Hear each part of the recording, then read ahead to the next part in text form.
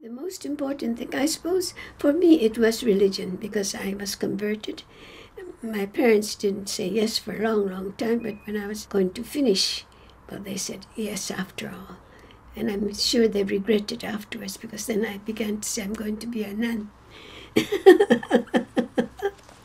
I went to the senior school, and it was only 5 years then. And since we were so few, we had friends up to the graduating class and down to the second and third graders. And then they had begun to take in girls who had finished the Japanese high school.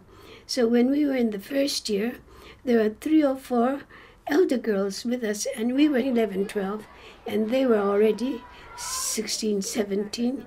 So they were our big sisters, and we used to kind of rely on them a great deal. And they couldn't speak English very well. They had only studied, and we spoke English.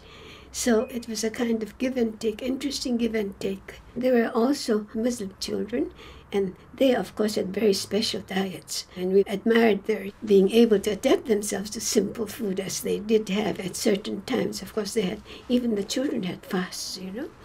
So it was very interesting. And I think it was a good education for us all because as children, we were all friends. We didn't think much of nationality or color, white, black, or yellow, all the same. I think we were made adaptable to everything, you know.